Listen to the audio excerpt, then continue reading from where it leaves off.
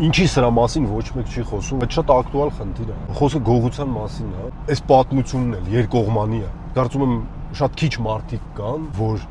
իրանց ուշք ու միտքը գողություն անել, մտնել նա մի ինչ-որ ռեստորան, խոհանոց, բար, դրամարկղ եւ այլն, որ ընդեղից գողություն անի։ Այսինքն գողություն անելու նպատակ ունեցողները քիչ են։ Չեմ ասում չկան։ Կան, մեր խնդիրը տենց մարդկանց բացահայտելն է ու իրենց գործի չընդունելն է։ Կան մարդիկ իհարկե, որ երբևէ զենքը դնես գլխին, տենց բան չի անի։ Սկզբունքային ինքը իրան լավ չի զգում դա անելու։ Ու կա մի հատ մեծ մաս մարդկանց, ես կարծում, որ դա կանեն, եթե այդ փողը կամ պրոդուկտը ճիշտ դրված չի։ Վերջի վերջո ինչ որ պահի գայթակղության կենթարկվի։ Դե ես չեմ կարողանում լիարժեք մեղադրել մենակ այդ մարդկանց, որովհետև մեղավոր են նաև այն մարդիկ, որոնք ստեղծում են այդ գայթակղիչ